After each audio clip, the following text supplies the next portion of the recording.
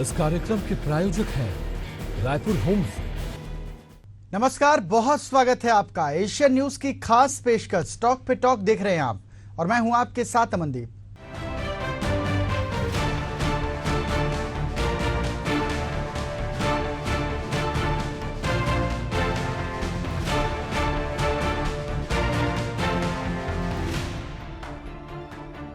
Vodafone idea limited के शेयरों की हालिया खरीदारी में आदित्य बिड़ला ग्रुप के प्रमुख कुमार मंगलम बिड़ला और एक प्रमुख निवेशक पिलानी इन्वेस्टमेंट शामिल हुए हैं। आधिकारिक दस्तावेजों में यह सामने आया कि 6 सितंबर को कुमार मंगलम बिड़ला ने वोडाफोन आइडिया के 1.86 करोड़ शेयर खरीदे, जबकि पिलानी इन्वेस्टमेंट ने उसी दिन 30 लाख शेयरों की खरीदारी की। ये तारीख महत्वपूर्ण है क्योंकि इस दिन वोडाफोन आइडिया के शेयरों में 11% से अधिक की गिरावट देखी गई। इसी दिन ब्रोकरेज फर्म गोल्डमैन सैक्स ने वीआई के शेयरों पर सेल रेटिंग बनाए रखी और स्टॉक के लिए टारगेट प्राइस 2.5 रुपए रखा। विदेशी ब्रोकरेज ने वोडाफोन आइडिया के मार्केट शेयर में अगले 3-4 वर्षों में 3 बेसिक्स पॉइंट की अतिरिक्त गिरावट का अनुमान व्यक्त किया। इसके अलावा कंपनी पर महत्वपूर्ण समायोजित सकल राजस्व और स्पेक्ट्रम संबंधित भुगतान बकाया है, जो वित्तीय वर्ष 2026 से शुरू होने की उम्मीद है। कुमार मंगलम बिड़ला द्वारा हिस्सेदारी की ये खरीदारी क्रीपिंग एग्जीबिशन के रूप में वर्णित की जा सकती है। क्रीपिंग एग्जीबिशन का मतलब है जब कोई व्यक्ति धीरे धीरे समय के साथ कंपनी में अपनी हिस्सेदारी बढ़ाता है।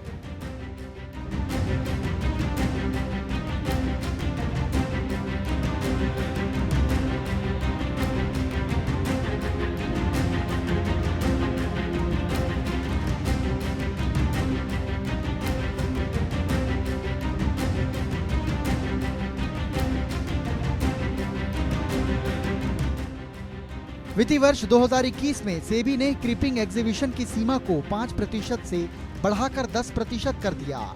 हालांकि ये छूट प्रेफरेंशियल अलॉटमेंट पर लागू थी और ट्रांसफर ब्लॉक या बल्क डील्स पर लागू नहीं होती थी। यदि प्रमोटर समूह एक वित्तीय वर्ष में क्रीपिंग एग्जीबिशन की सीमा 5% को पार कर जाता है तो टेक ओवर नियम लागू होंगे। 19 जुलाई तक वोडाफोन आइडिया के प्रमोटरों के पास कंपनी में 37.17% हिस्सेदारी थी, जबकि पिलानी इन्वेस्टमेंट्स की पहले कोई हिस्सेदारी नहीं थी। रोड कंस्ट्रक्शन मशीन किराए पर देने वाली विजन इंफ्रा इक्विपमेंट सॉल्यूशन के शेयरों की आज एनएससी और एसएमई प्लेटफॉर्म पर धांसू एंट्री हुई। इसके आईपीओ को ओवरऑल 68 गुना से अधिक की बोली मिली थी। आईपीओ के तहत 163 रुपए के भाव पर शेयर जारी हुए। आज एनएससी एसएमई पर इसकी 205 रुपए पर एंट्री हुई, यानी आईपीओ निवेशकों को 25.77% का लिस्टिंग गेन मिला। लिस्टिंग के बाद शेयर और ऊपर चढ़े और ये उछलकर 215 रुपए के अपर सर्किट पर पहुंच गए, यानी कि आईपीओ निवेशक अब 32.06% के मुनाफे में हैं। विजन इंफ्रा इक्विपमेंट सॉल्यूशन का 106 करोड़ का आईपीओ सब्सक्रिप्शन के लिए 6 से 10 सितंबर तक खुला था। इस आईपीओ को निवेशकों का शानदार रिस्पांस मिला था और ओवरऑल ये 68 गुना सब्सक्राइब हुआ। इसमें क्वालिफाइड इंस्टीट्यूशनल बायर्स के लिए आरक्षित हिस्सा 60 गुना, नॉन इंस्टीट्यूशनल इन्वेस्टर्स का हिस्सा 180 गुना और खुदरा निवेशकों का हिस्सा 24 गुना भरा था। इस आईपीओ के तहत 10 रुपए की फेस वैल्यू वाले 65 लाख नए शेयर जारी हुए हैं।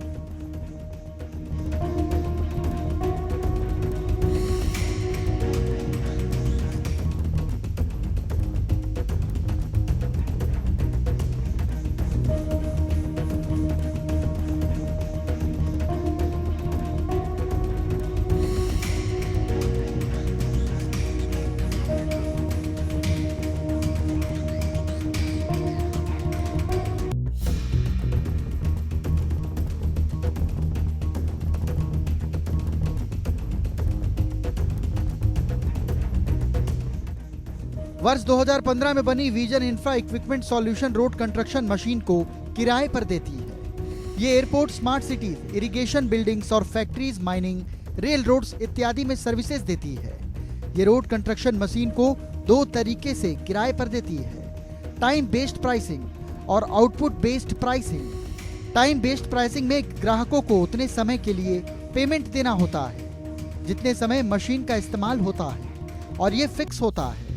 वहीं आउटपुट बेस्ड प्राइसिंग के तहत सर्विसेज के रिजल्ट के हिसाब से ग्राहक पेमेंट करता है। कंपनी के पास 326 रोड कंस्ट्रक्शन मशीनें हैं। कंपनी के वित्तीय सेहत की अगर बात करें तो वित्त वर्ष 2023-24 से इसे 26 करोड़ रुपए का शुद्ध मुनाफा और 349 करोड़ रुपए का रेवेन्यू हासिल हुआ। इस पर 264 करोड़ रुपए का कर्ज है। कंस्ट्रक्शन और डिजाइनिंग सेक्टर की दिग्गज कंपनी एचजी इंफ्रा इंजीनियरिंग के शेयरों में शुक्रवार को अच्छी तेजी दर्ज की गई। कंपनी के शेयरों में ये उछाल सेंट्रल रेलवे की ओर से 716 करोड़ रुपए का एक बड़ा ऑर्डर मिलने के बाद आई। आज एचजी इंफ्रा इंजीनियरिंग के शेयर अपने 1574 रुपए के लेवल पर खुले, जबकि कुछ मिनट बाद इसमें 5% की तेजी दर्ज की गई, जिसके बाद ये 1580 रुपए के लेवल पर पहुंचकर इंट्राडे हाई लेवल को इसने बनाया। एचजे इंफ्रा इंजीनियरिंग के शेयर ने एक्सचेंज फाइलिंग में बताया कि ये एलओए इंजीनियरिंग और खरीद अनुबंध मोड के तहत खुले और नारदाना के बीच लगभग 49 किलोमीटर की नई ब्रॉडगेज लाइन के निर्माण के लिए है। बता दें, एक ही सप्ताह में कंपनी को 2 ऑर्डर मिले। इससे पहले सोमवार को सड़क परिवहन और राजमार्ग मंत्रालय की ओर से गुजरात में 6 लेन रोड को अपग्रेड करने के लिए 781 करोड़ रुपए का ऑर्डर मिला था।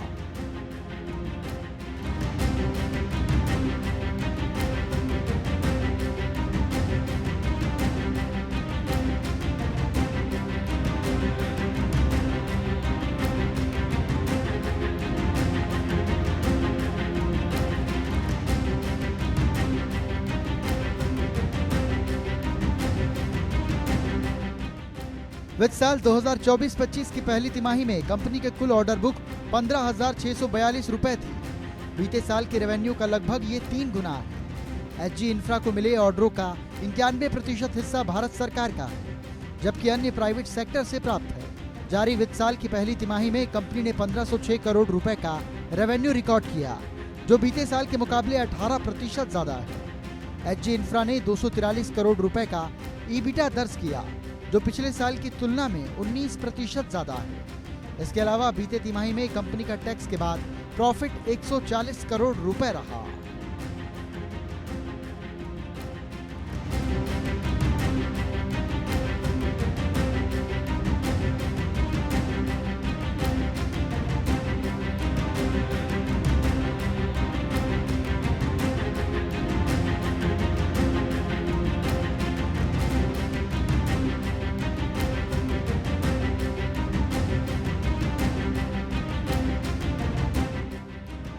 बता दें, कंपनी के शेयरों का प्रदर्शन सराहनीय रहा। पिछले 5 कारोबारी दिनों में लगभग 7% का उछाल आया। वहीं बीते 6 महीने के दौरान निवेशकों को लगभग 80% का रिटर्न मिला। इसके अलावा पिछले 1 साल में इसकी कीमतों में 63% की बढ़ोतरी हुई, जबकि 5 सालों में इसने 700% से अधिक का रिटर्न दिया। हिंदुस्तान एरोनॉटिक्स को महारत्न का दर्जा मिल सकता है। सूत्रों के हवाले इस बात की जानकारी सामने आ रही है। संभावना जताई जा रही है कि एचएएल इस साल के अंत तक महारत्न कंपनियों की लिस्ट में शामिल हो जाएगी। इससे पहले सरकार ने ऑयल इंडिया को पिछले साल अगस्त में महारत्न का दर्जा दिया था। महारत्न का दर्जा मिलने के बाद कंपनी के मैनेजमेंट को निवेश सहित कई तरह के फैसले लेने का अधिकार मिल जाता है। सरकार अपनी कंपनियों को प्रदर्शन के आधार पर मिनी रत्न, नवरत्न और महारत्न जैसी कैटेगरी में रखती है। फिलहाल 13 सरकारी कंपनियां महारत्न का दर्जा प्राप्त कर चुकी हैं। इसमें BHEL, BPCL, coal India, GAIL, Indian oil, ONGC, power grid, oil India, REC और PFC शामिल हैं। महारत्न का दर्जा मिलने के बाद कंपनी अपने नेटवर्थ के 15% का निवेश प्रोजेक्ट में सरकार की इजाजत के बगैर कर सकती है। वो सरकार की इजाजत के बगैर विदेश में 5,000 करोड़ रुपए तक का निवेश कर सकती है।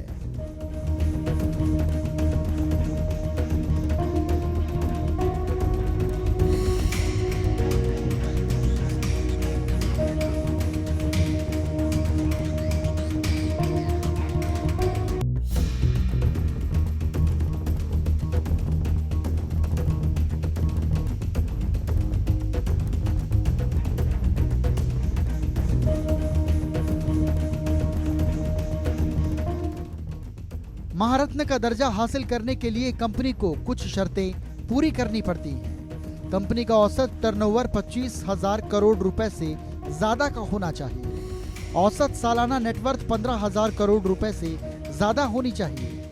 औसत सालाना नेट प्रॉफिट पिछले 3 साल में 5,000 करोड़ रुपए से ज्यादा होना चाहिए। महारत्न का दर्जा मिलने के बाद कंपनी की सरकार पर निर्भरता कम हो जाती है। HAL डिफेंस सेक्टर खासकर एयरफोर्स के लिए लड़ाकू विमान और हेलीकॉप्टर बनाती है। पिछले कुछ सालों में सरकार ने डिफेंस इक्विपमेंट का उत्पादन देश में ही करने पर जोर दिया। इसका फायदा HAL जैसी कंपनियों को मिला है। इससे इन कंपनियों के शेयरों की कीमतें बढ़ गई हैं।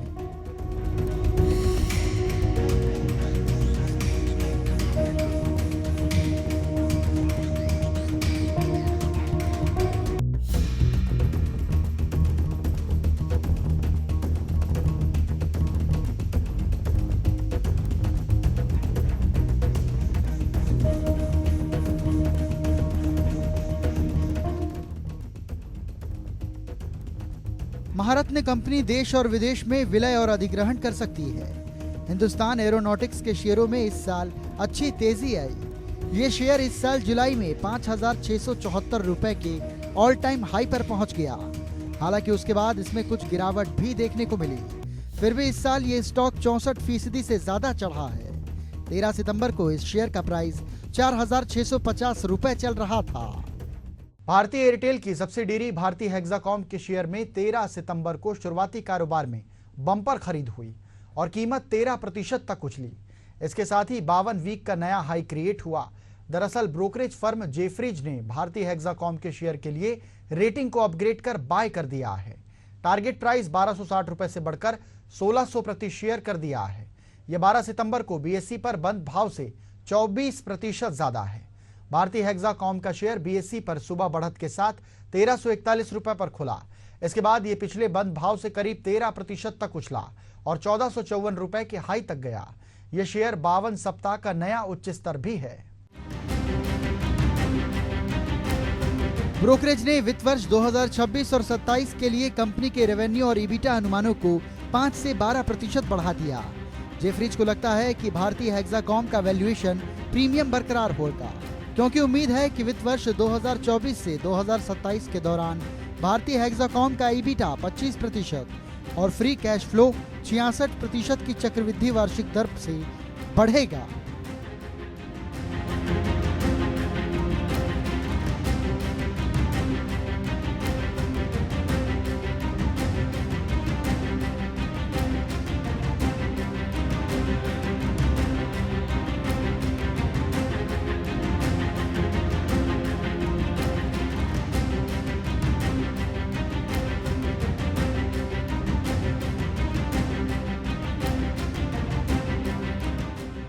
जेफरीज ने इस साल जून महीने में भारतीय हेक्साकॉम शेयर के लिए रेटिंग को डाउनग्रेड कर होल्ड कर दिया था।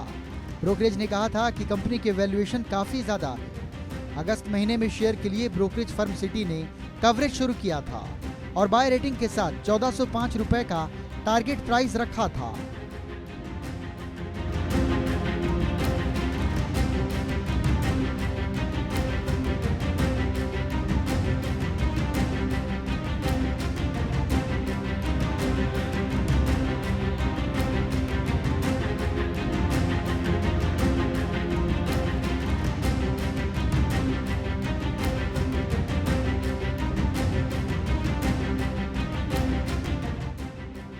टेलीफोन और ब्रॉडबैंड सर्विस कंपनी भारतीय हेक्साकॉम की शेयर बाजार में लिस्टिंग इस साल अप्रैल में हुई थी।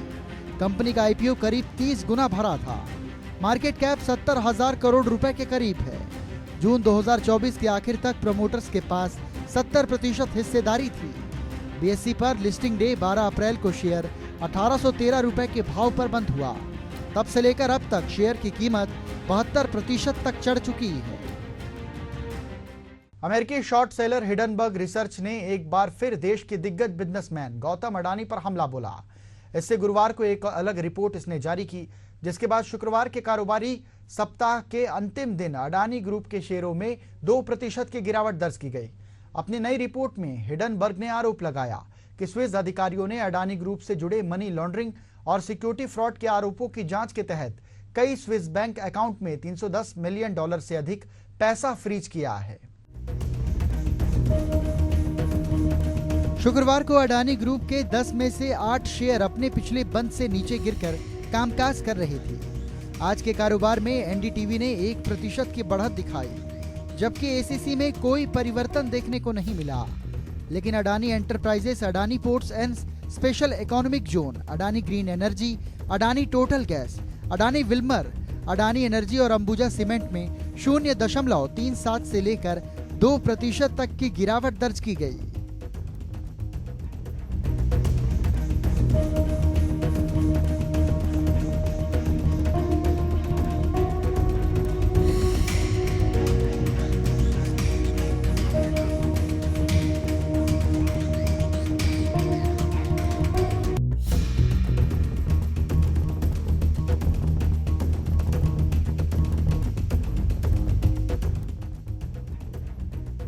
सोशल मीडिया प्लेटफॉर्म एक्स पर हिडनबर्ग ने एक नई रिपोर्ट पेश कर दावा किया कि 2021 में चल रही अडानी मामले की जांच ने अडानी ग्रुप से जुड़े कई ऑफशोर ईडीटी से जुड़े फाइनेंशियल प्रैक्टिसेस का खुलासा किया है। स्विस मीडिया की एक रिपोर्ट के मुताबिक हिडनबर्ग रिसर्च की ओर से शुरुआती आरोप लगाने से पहले ही Geneva public prosecutor Adani group की हरकतों की जांच कर रहा था।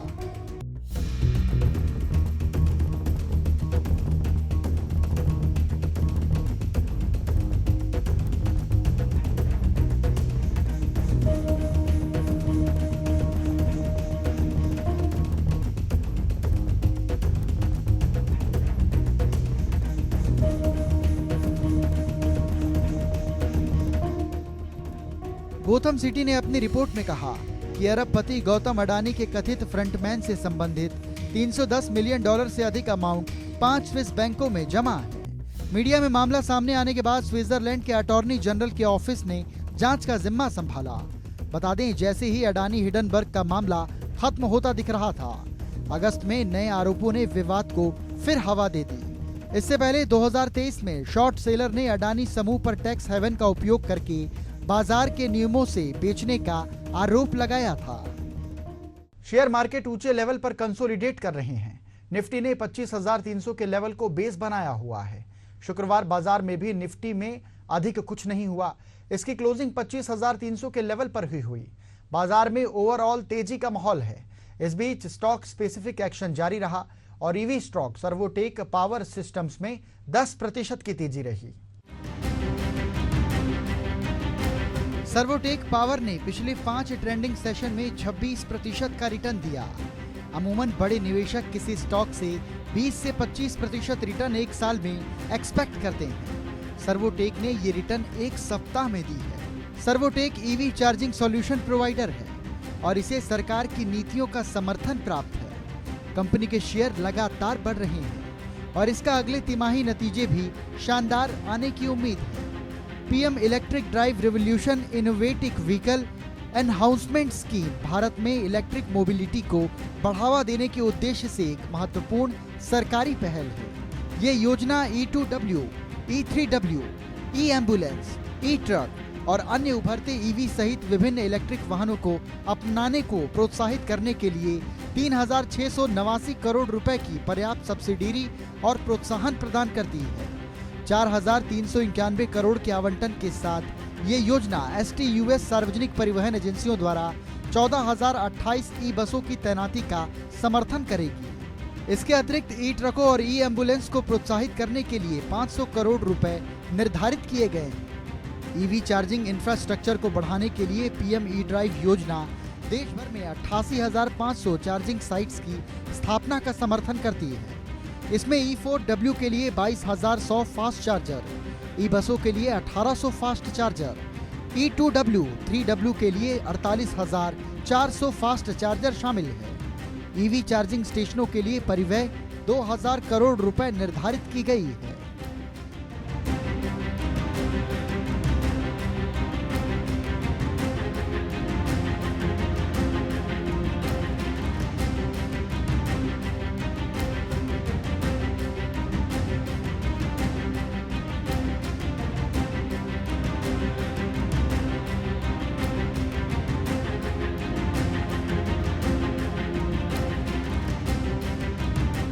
सर्वोटेक पावर सिस्टम लिमिटेड सरकार के इस अभियान में महत्वपूर्ण साबित होगी। महत्वपूर्ण ईवी चार्जिंग बुनियादी ढांचे के विकास के माध्यम से ये योजना महत्वपूर्ण निशान छोड़ेगी। देश भर में 88,500 ईवी चार्जिंग साइटों का समर्थन करने का सरकार का निर्णय सर्वोटेक सहित इस इंडस्ट्री की अन्य कंपनियों को लाभ होगा।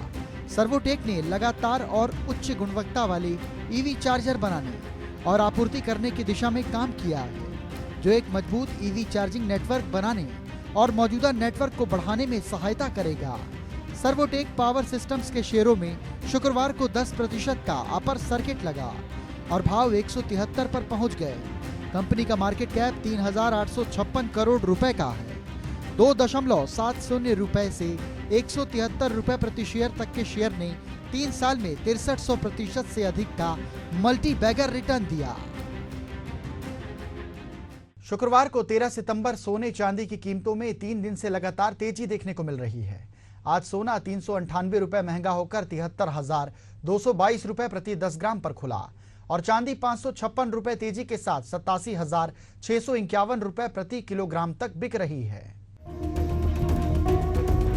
दिल्ली, नोएडा, गाजियाबाद और लखनऊ में 24 कैरेट सोना 73,140 रुपए प्रति 10 ग्राम बिक रहा है, जबकि 22 कैरेट सोना 67,190 रुपए प्रति 10 ग्राम पर उपलब्ध है।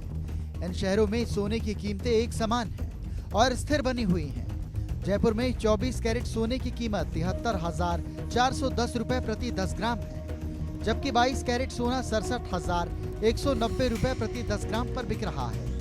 इसी तरह पटना में 24 कैरेट सोने की कीमत 73,310 रुपए प्रति 10 ग्राम और 22 कैरेट सोने की कीमत 67,210 रुपए प्रति 10 ग्राम है। भुवनेश्वर, मुंबई और कोलकाता में 24 कैरेट सोना 73,260 रुपए प्रति 10 ग्राम पर बिक रहा है, जबकि 22 कैरेट सोने की कीमत 67,040 रुपए प्रति 10 ग्राम है।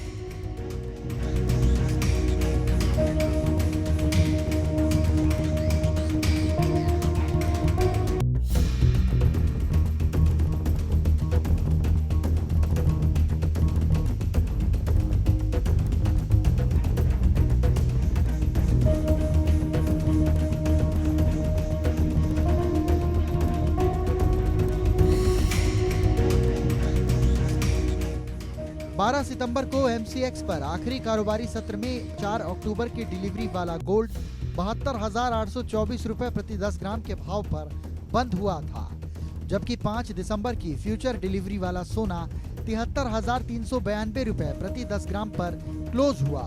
साथ ही 5 फरवरी 2025 की फ्यूचर डिलीवरी वाला सोना 73,923 रुपए प्रति 10 ग्राम के रेट पर क्लोज हुआ।